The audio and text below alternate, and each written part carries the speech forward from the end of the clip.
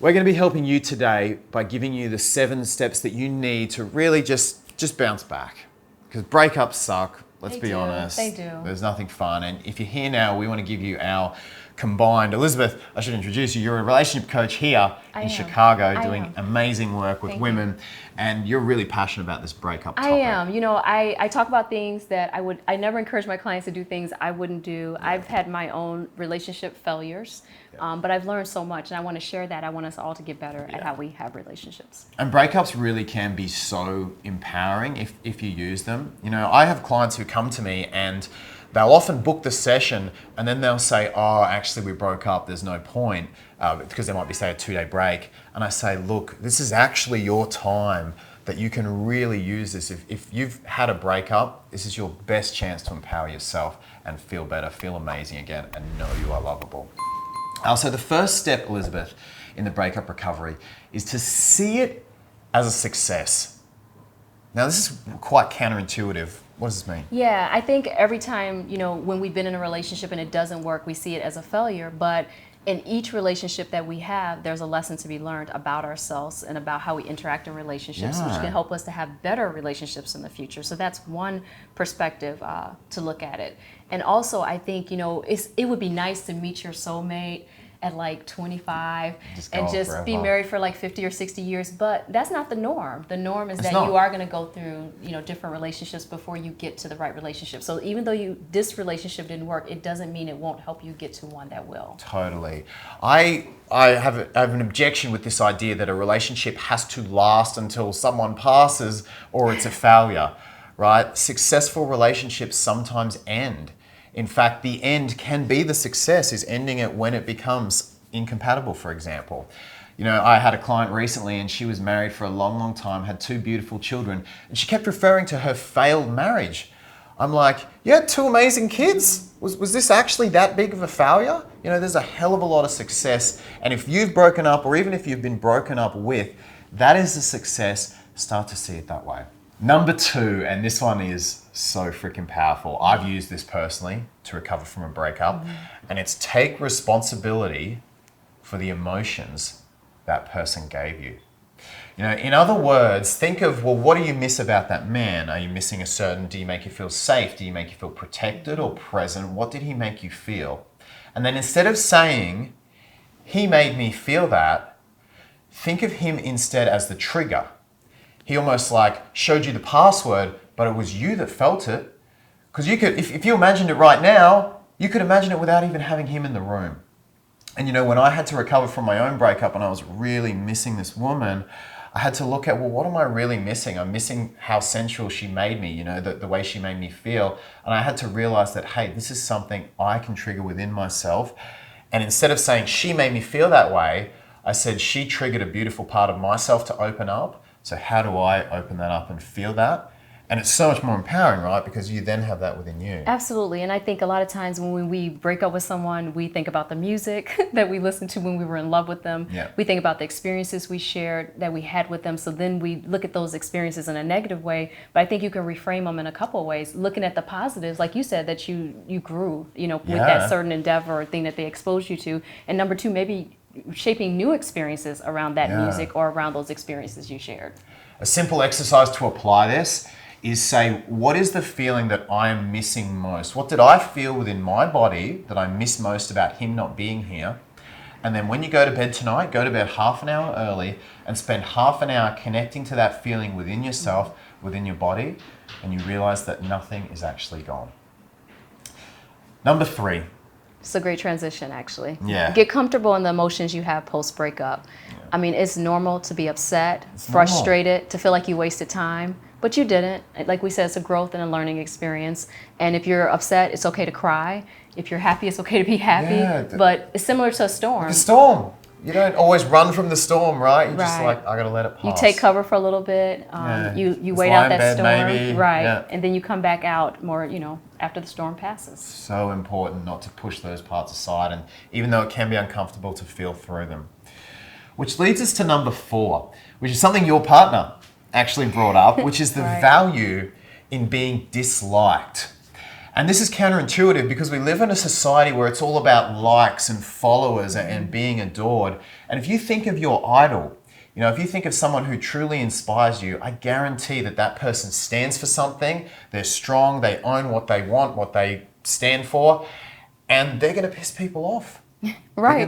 And that's why we all have our different interests in fashion, our different interests in musicians, our different interests in certain hobbies. But usually if there's someone that stands out in our mind, it's something that they are, very strong about. Yeah. And there were probably people that disagreed or didn't like what they were strong about, but they felt comfortable in it, and that brought more people to them. Yeah. I mean, if you've been broken up with, there was undoubtedly something broken in the relationship, and we're going to talk about that. But that breakup was for the best. And knowing that, it means that, okay, there was something wrong, which means you can go and attract the right in the future. And the fact that, okay, I'm going to have people who dislike me along the way because I have a certain standard that I want to be met. Just I like to ask clients, how does you being disliked lead to you being more loved? And at first they're like, it doesn't, that's stupid. But I'm like, actually think about it. If you're disliked, it means you're standing for something. And if you're standing for something, it means certain people are going to flippin' love you so much. Great guys are going to love what you stand for. And yeah, there'll be a subsection that push you away. But if you can get comfortable in that. I think about like our friends. We all know the friend we could go to for advice that gives the candid advice. Yeah. They're always honest no matter what. And sometimes we don't want to hear what they say. Yeah. But we know we're going to get an unfiltered response, and we respect that. Yeah. And they still have friends, and you right? love that friend. And you love that friend because you know what you're getting is Yeah. who they are authentically. So being disliked makes you more lovable by the right people. Don't forget that. Number 5 is to remember that the relationship was broken. And it's funny how after a relationship, we just like, it was so perfect all the time. Like, no, it wasn't. no, it wasn't.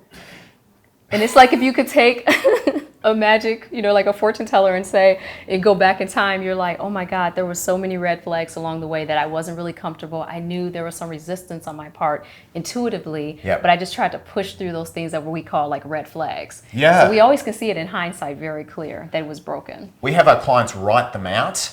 What were these negatives? Like, what was broken? Because if your relationship is broken up, even if it was working for you, it was broken for him. Or vice versa. And if it's broken for one person, it means it's broken for both and would have been terribly freaking unhappy if it continued, which is another reason it's a success that it ended. Exactly. Number 6 is be a role model for your children. I can speak to this. I've been, married. I've been divorced, and I've had successful relationships post-divorce. And when I first got divorced, I definitely thought, oh my God, I failed. But the beauty of it is, I had a daughter out of that marriage, and me and my ex-husband we learned to co-parent with each other in a good way. So as I went through the process, one of the things I really focused on was setting a positive legacy of relationships for my daughter, so that she doesn't repeat the same challenges that I may have had. So you don't want to represent a negative behavior for her, right? Right. So she saw we were able to get along and still co-parent and have a good friendship. And so then in her mind, when she gets into her relationship, hopefully she takes that into her, future marriage, or if she has kids. Yeah. And the last one is to think, well, what is it that I want? And sometimes the knee-jerk reaction, I get it, is to go, I just want him back. But really, there were parts that were broken. So we'll have clients get very clear on, okay, what were the parts that were broken? And then what is your clear vision for the relationship you want without those broken parts? And really, if the guy wasn't into it, you say, all right, well, simple one, I want a guy who's really into me. He's like super investing, because that's obviously not happening because you're broken up, right? So that's a huge one. And I think, one exercise I've done personally and I've had my clients do is kind of write out a vision of what you see your potential partner being. And so I ended up with a great partner because of this. Yeah. And I shared it with him. He's pretty cool. He's pretty cool. Yeah. And so what we did was I wrote down like the qualities I wanted to see in a partner, such as like honesty, compassion, empathy.